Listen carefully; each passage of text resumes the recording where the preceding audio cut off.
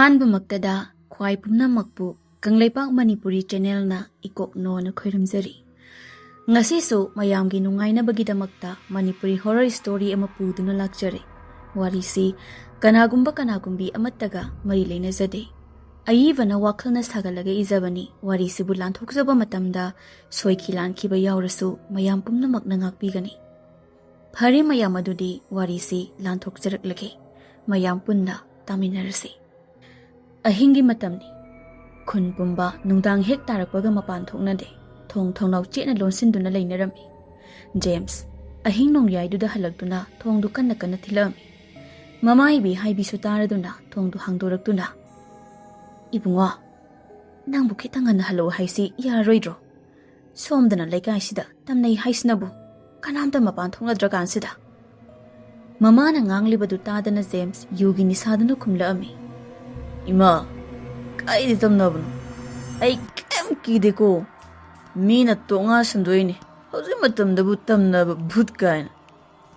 ꯁꯤ ꯍꯥꯏꯔꯝꯗꯨꯅ ꯖꯦꯝꯁ ꯃꯥꯒꯤ ꯀꯥꯗ ꯆꯪꯈꯤꯔꯝꯃꯤ꯫ ꯏꯕꯤ ꯍꯥꯏꯕꯤꯁꯨ ꯃꯆꯤꯟꯗ ꯁꯥꯎꯅ ꯁꯣꯜꯍꯧꯔꯤ꯫ "ꯉꯥꯡꯅ ꯁꯛꯅꯕ ꯑꯃꯠꯇ ꯌꯥꯔꯣꯏꯗꯕꯅꯤ꯫ ꯀꯃꯥꯏꯅ ꯉꯥꯡꯅꯗꯣꯏꯅꯣ ꯑꯁꯤꯕꯨ ꯑꯩꯕꯨ? ꯅꯣꯡꯉꯥꯟꯕꯗꯒꯤ ꯊꯣꯛꯈ꯭ꯔꯒ ꯃꯌꯨ ꯊꯛꯑꯒ ꯑꯍꯤꯡꯁꯤꯗ ꯍꯜꯂꯛꯑꯒ ꯃꯁꯤ..."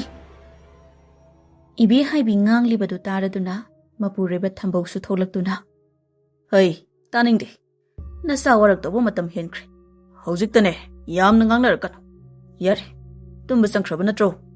ꯅꯪꯁꯨ ꯇꯨꯝꯃꯨꯔꯣ. ꯄꯨꯡꯁꯤ ꯑꯥ ꯌꯧꯔꯕꯅꯤ꯫ ꯑꯩ ꯍꯌꯦꯡ ꯉꯟꯇꯥ ꯊꯕꯛ ꯆꯠꯇꯣꯏꯅꯦ." "ꯅꯣꯏ ꯅꯄꯥ ꯅꯆꯥꯒꯤ ꯂꯥꯟꯗ ꯌꯨꯝꯁꯤꯗꯒ ꯂꯩꯅꯤꯡꯗ꯭ꯔꯦ ꯑꯩ꯫ ꯃꯆꯥꯅ ꯉꯥꯎꯁꯤꯟꯅꯔ ꯂꯩꯔꯦ꯫ ꯃꯄꯥꯅ ꯊꯕꯛ ꯍꯥꯏꯗꯅ ꯅꯣꯡꯉꯥꯟꯕꯗꯒꯤ ꯅꯨꯃꯤꯠ ꯇꯥꯕ ꯐꯥꯎꯕ ꯌꯨꯝꯁꯤꯗ ꯏꯊꯟꯇ ꯈꯨꯟꯅꯨ ꯈꯣꯡꯕꯗꯧꯅ." ꯁꯣꯝꯗꯅ ꯁꯅꯥꯔꯩ ꯑꯉꯥꯎꯕꯤꯒꯨꯝ ꯑꯍꯤꯡ ꯅꯣꯡꯌꯥꯏꯗꯨꯗ ꯇꯨꯝꯗꯕ ꯃꯈꯩ ꯃꯊꯟꯇ ꯃꯨꯔꯨꯝ ꯃꯨꯔꯨꯝ ꯁꯣꯟꯗꯨꯅ ꯂꯩꯔꯤ꯫ ꯇꯥꯟꯖꯥꯗꯨꯗ ꯕꯣꯏꯇꯣꯟꯁꯨ ꯊꯣꯛꯂꯛꯇꯨꯅ ꯃꯃꯥꯗ ꯍꯥꯏꯔꯛꯂꯤ, "ꯏꯃꯥ, ꯂꯥꯛꯑꯣ ꯏꯃꯨꯡ ꯆꯪꯉꯁꯦ. ꯑꯍꯤꯡꯁꯤ ꯌꯥꯝꯅ ꯊꯦꯡꯉꯦꯕ." "ꯍꯦ, ꯅꯪ ꯆꯪꯉꯝꯃꯣ. ꯑꯩꯅꯦ ꯅꯆꯦꯒ ꯋꯥꯔꯤ ꯁꯥꯔꯤꯕꯅꯤ. ꯅꯆꯦꯅ ꯑꯥꯗ ꯖꯒꯣꯏ ꯁꯥꯔꯤꯕꯁꯦ ꯅꯪ ꯎꯗ꯭ꯔꯣ?"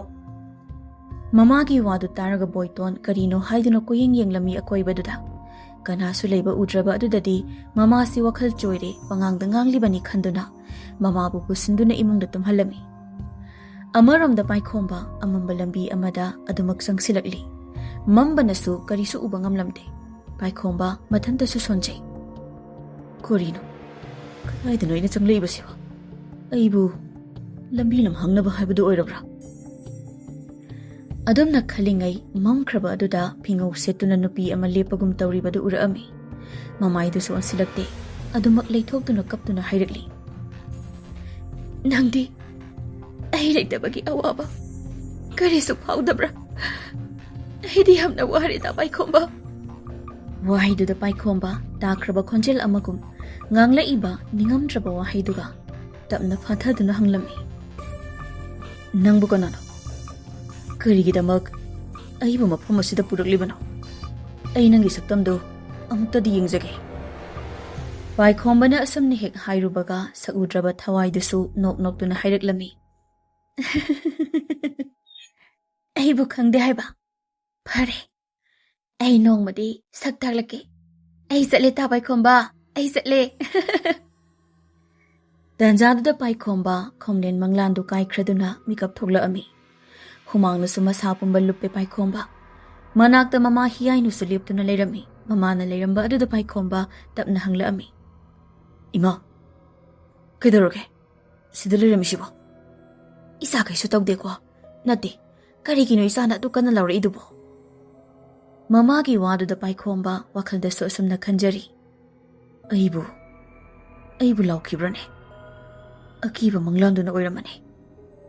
ꯁꯤ ꯍꯥꯏꯗꯨꯅ ꯄꯥꯏꯈꯣꯝꯕ ꯃꯃꯥꯗ ꯑꯣꯟꯁꯤꯟꯗꯨꯅ, "ꯏꯃꯥ, ꯑꯩ ꯃꯪ ꯐꯠꯇꯕ ꯃꯪꯉꯨꯔꯦ. ꯑꯗꯨꯅ ꯑꯣꯏꯔꯝꯒꯅꯤ. ꯑꯩꯗꯤ ꯀꯩꯝꯇ ꯈꯪꯍꯧꯗ꯭ꯔꯦ." ꯍꯤꯌꯥꯏꯅꯨꯁꯨ ꯃꯆꯥꯒꯤ ꯋꯥꯗꯨ ꯇꯥꯔꯒ ꯍꯥꯏꯔꯛꯑꯝꯃꯤ, "ꯐꯔꯦ ꯐꯔꯦ, ꯇꯨꯝꯅꯕ ꯇꯧꯔꯣ. ꯊꯦꯡꯉꯦ. ꯑꯗꯣ ꯇꯨꯝꯂꯝꯗꯥꯏꯗꯅꯦ ꯃꯣꯟꯗꯣ ꯃꯅꯝ ꯅꯝꯂꯒ ꯇꯨꯝ. ꯅꯃꯪ ꯅꯍꯥꯟ ꯅꯨꯡꯉꯥꯏꯇ꯭ꯔꯤꯗꯣ ꯀꯣ."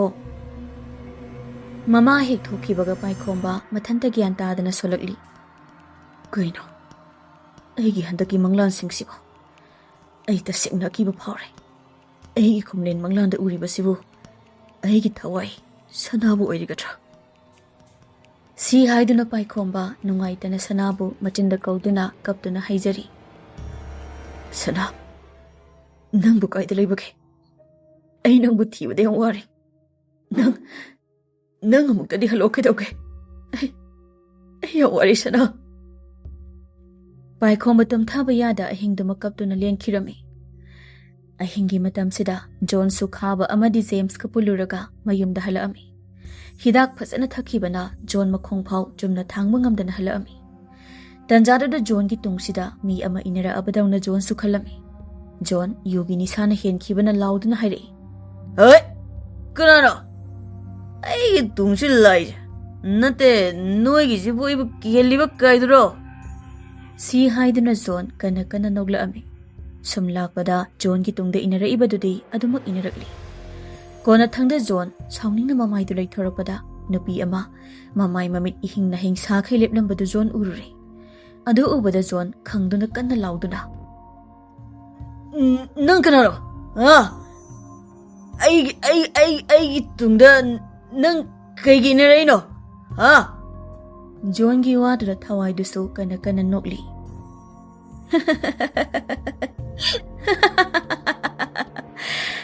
अईबु कनानो हाइबा आई नखोइगी थवाइबु लौगे हाइदुना लाइबा मिसकनी नखोइना तौरुबा फत्तबगी महैदी नोइना फंगबा ताबनी अदुदी नंग कनानो हायो आई करी फत्तबा नंग कनानो नंग कनानो निंगमद्रबा थवाइदुसु जॉन गी वादुदा असाउबा अमगा लोइनना नखोइना तौरुबा फत्तबा थबक फावबा खंगजबा ngamdaba अदुना ताकपदि नखोइ नपी कयाबु सरम चचतुना हत्पीख्रे हाइबा नत्रा असमने हेक हाइरकपगा मफमदो असाबा नुंगसे कन कन सिलामी जॉन सु उपाय लेता थवाइ मांगबा तारे खंदुना आई बुमतदि कनबियो आई एम लांख्रे आई बुमत नुसिबियो आई बु कनबियो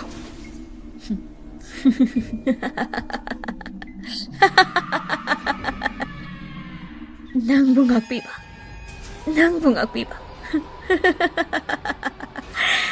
ओइ थोक्तबने नंगना तौबना नंगना फंगबने नंगद नथे नखोइ लोइना अइना हत्खिगनी नखोइ लोइना मकी थवाइ अइना लौगनी सी हाइदुना थवाइदुना पाइसिलक्तुना जॉन बु मखौरि मेतुना थमलमी जॉन सुलेंगबा ngamda masadu कोइलेलेदुना खंगलमी थवाइदुना जॉन की मसा पुंबा खुजुना खोतुना लोइना सलाक साकै खोलमी मफमदुमक्तदा जॉन की अरोइबा यहिप तानखिरमी नोंगालबदा खाबा अमदि जेम्सु जॉन की पाउदु ताबदा करिनो हाइदुना खंजानरमी जेम्सना खाबाबु मयुमदा कौदुना हंगामी खाबा जॉन की पाउसिबु कमदोनो इथुलिबनो कमदोनो नुसिबो खाबासु जेम्सता ओनसिन्दुना तमो मसी मीनदि मानथि मागी मिहत कनागुम्बिगी थवाइना ओइदौरिब्रा आई खंद्रि अदुबो इथोको याब्रा असिबा मिगी थवाइना कमदोना थोलक्तुना मीबु हादुइनो आई थाजबा ngamde मदो जेम्स की वादु तारगा खाबासु तपना हाइरे तमो अखोइना नुपी कयाबु हातखिबने अदुना तमथीरबा निंगमद्रबा थवाइ अमना सोइदुना लमन खुमलपो ओइगनी हा तमथीरबा थवाइ हाइबा मान ngambra अहिना ngambra yengba taredana सी हाइदुना जेम्स सा अमगुम कना कना नौलअमी अदुबु खाबदि मसा पुंबा अकीबना थल्लबने मादि नोपसु संग्रे तुमिना अदुमक लेरमी सोमदना पाइखोंबा बोइतोन गी युमदा लांगतुना कौरअमी बोइतोन लेट्रो मपांदा कौरिबदु तारदुना बोइतोन सु थोलअमी पाइखोंबा ओइरंबदुदा दा पाइखोंबा कारो सिदा फमसिलो पाइखोंबा थवाइ नुंगाइतना बोइतोन दा हंगमी बोइतोन नोइ सेगी मरी मखोंग अमता फंगद्रबो जुफा ऐसु थीबे याब थीबने उपाय लेट्रे बोइतोन सु पाइखोंबा की वादुदा नुंगाइतना दा पाइखोंबा इसेदो हिंगलमगने हाइबा इथाजद्रे इमासु अंगाउबिगुम युमसिदा लेरि असु कोइबसे इसेदो फंगबा ngamद्रे सी हाइदुना बोइतोन नुपा नत्तबदौना कपथोरे पाइखोंबा सु नुंगाइतना अदुमा हंगले नोइ सेगा नुंगाइनदबा मीगा लेब्रा नंग खंब्रा बोइतोन धा पाइखोंबना चिंगदा चटखिबा मनुंगदा Si haidana Boyton wari pumba paikhombada liba haurami. Boyton masege insang leba nungdang wairamda thoglami. Lambida James amadi magi kanguna laknaduna hairi. Boyton, nasi dai khoi da piramodana. Nasi do aigi na pi oijaradi nungaina thambidoine. Boyton haire iba wandu da sauna James da onsenduna. Da James, lekai amata da leminaraga aikhoi bu street haidro. Da James kidubo. Hai, angang nangna ingonda dum nangang biabra. Nasi na pun haturo. Ha.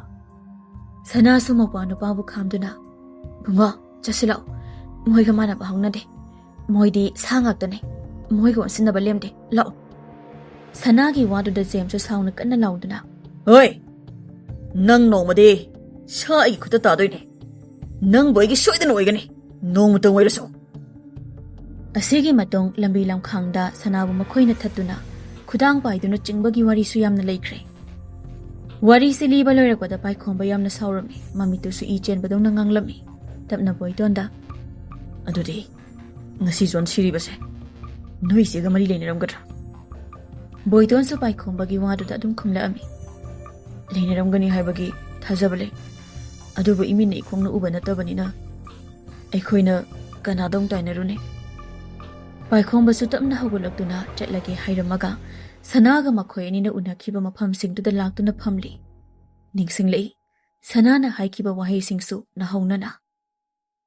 Da Paikhomba, hayengwai aidi sirasu nangi nakta adum lakani. Aidi nangyam nungsi. Aduna nangi nakta adum lengdana leidoine. Paikhomba su sanagi waduda haifet nungaitana. Sana, nang adumaina haiganuba. Nang leitradi, aisu samsarsida lehauba ngamoi. Aduna isu natung ilaga sidoine.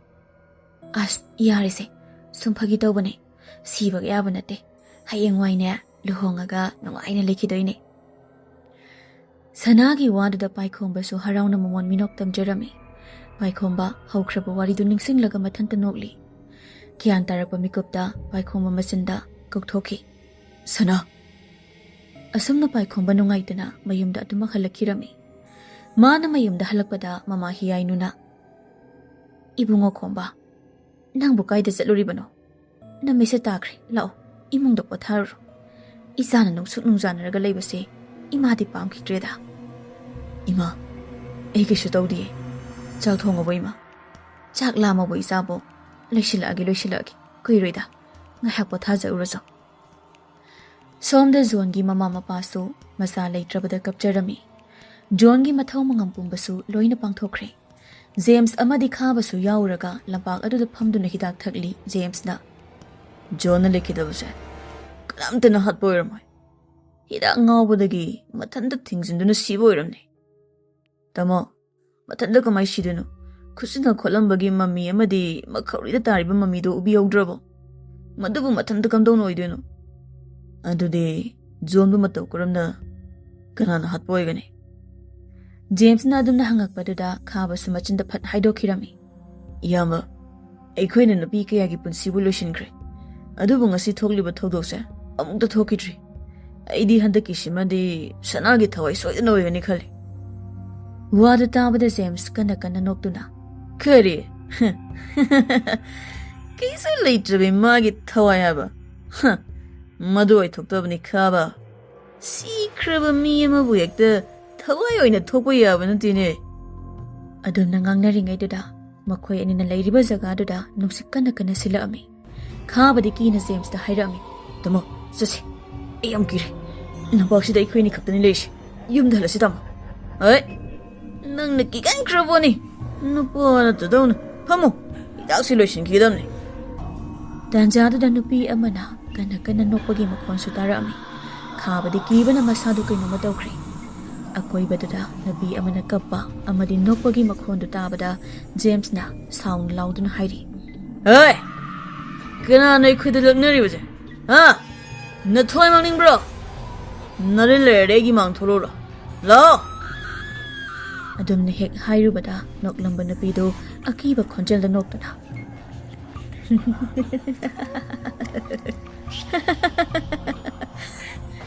Aiba thogla uhaiba. Nakhoigi thawai aina loba soidana thoglaani Ngasidi nakhoi aniki aroiba namit tare. Wahaysi hairappada James kibadi phaujarami. Khabadi kibana chendawgi tawri. Tanjadudani Thawaidunasu kana noktun hairapado.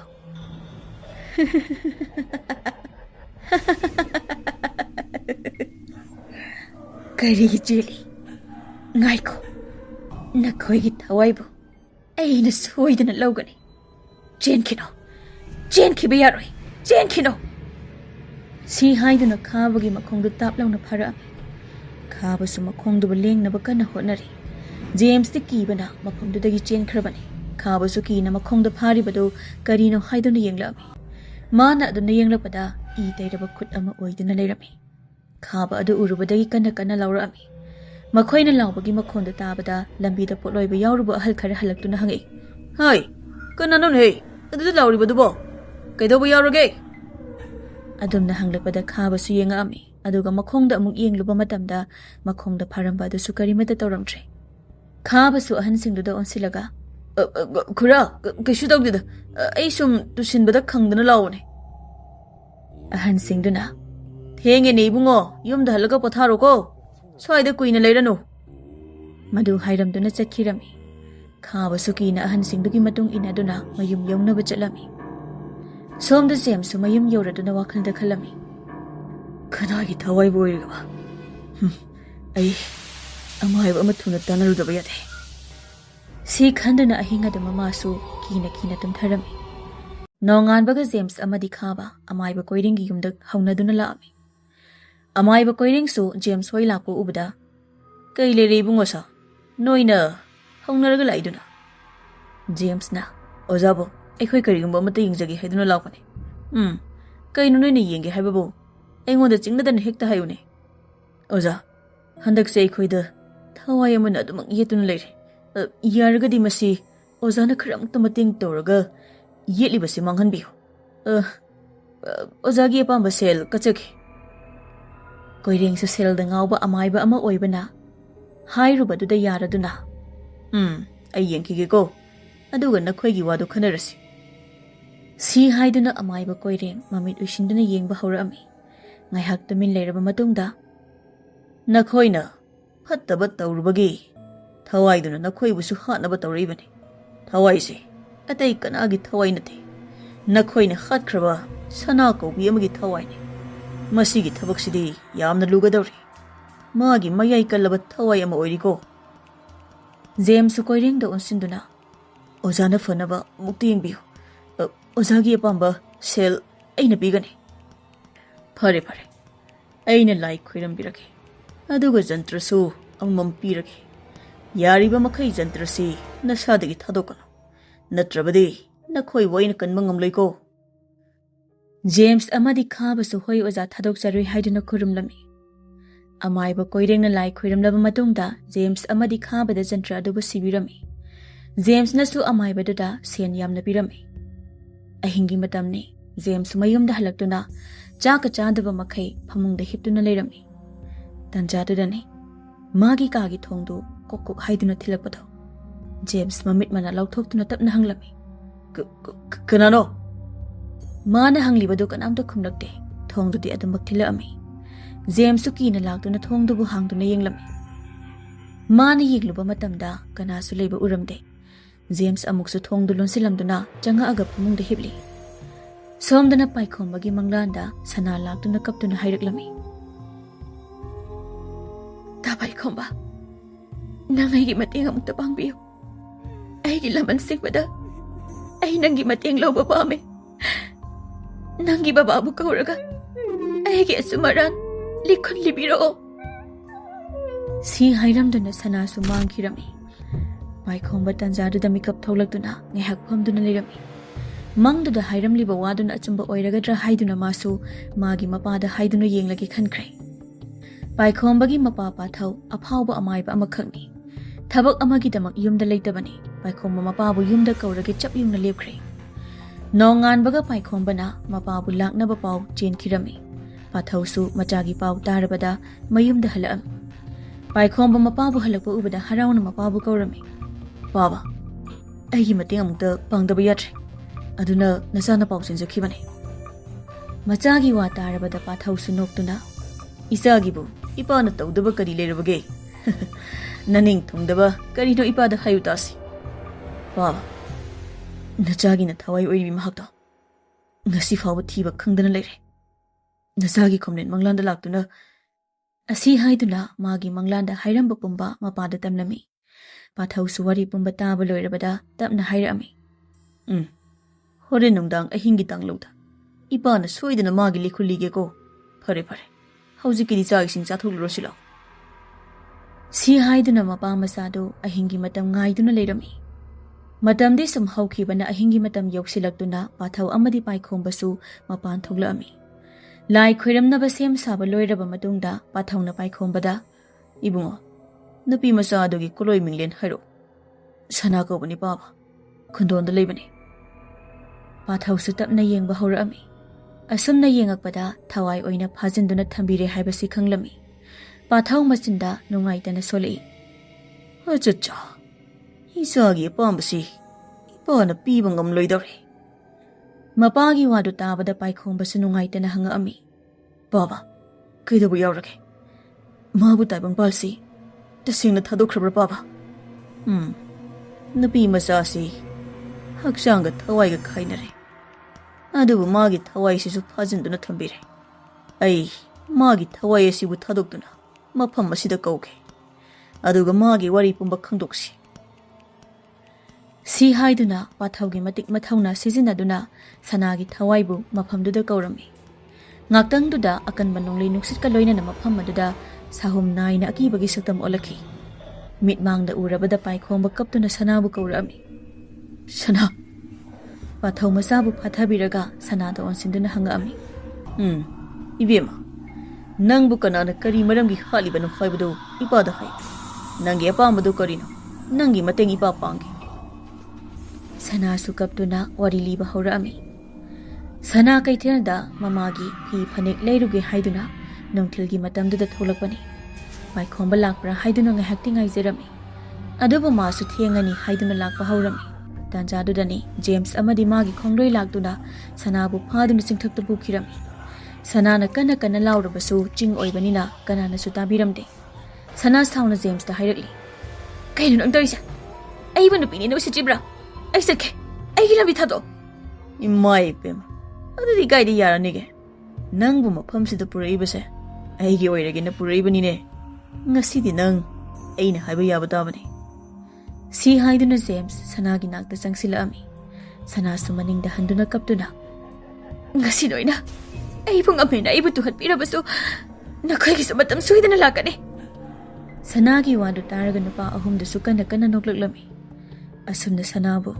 Nupi oibigi ikai khumnaba manghanbiraba matung. Makokta chay amana hanjin thomduna hatbi kirami. Warida loirapada paikhomba asawba phathabangamda makhya chiktuna. Mamitu mungang sila ami. Mapapathaw na masada yengduna. Ngay ko ibunga. Isa na masida yaurba yaroy. Nupi masasi na makutpi na laman kumsano. Madugida mo ipa na mating pangani. Asum na sanagi thawaibu he na matik mayay hapirami. Aduga pathaw na. Chalo ibema.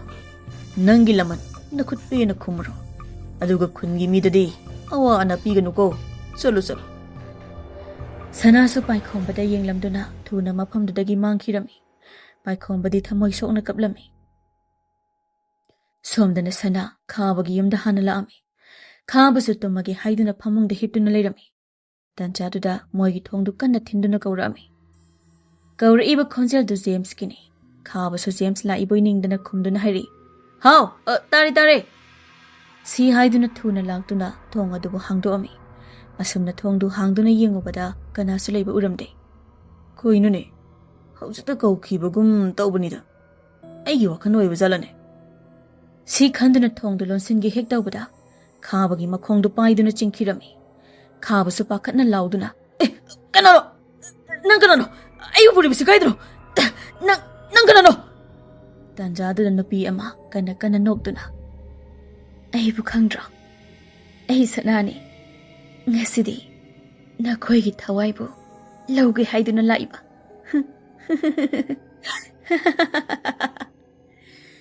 Khaba wadu tabada akiba pakhat pumba punsinduna hairami.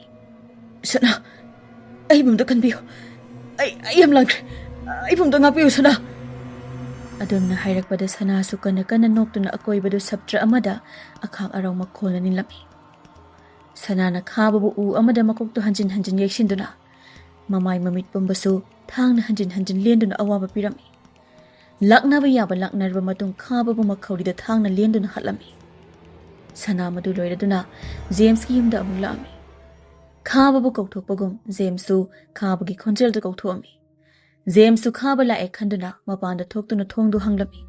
Khaba lairamdraba adudadi James khababu kaurami. Khaba koinuni kai lege khaba. James amuk su kiraktuna manung changnaba tawrakpada thongdu manungda lonsinki. Khaba mapanda koililiduna yenglami. Ngaihaki tungda nupi amana khakna noktuna koi bai ribadu James khonjeldu tarami. Amuksu asawbagi saktamda James na nang kana kaigidamakta aibo ki khangpiribano adumna hek hanglubada sanagi thawaidu su noktuna ai kanano haiba ai kanano haiba ai sanane sana nakoy bulaw bulaiba ngasi nakoy loy na maki aroy ba haibada oire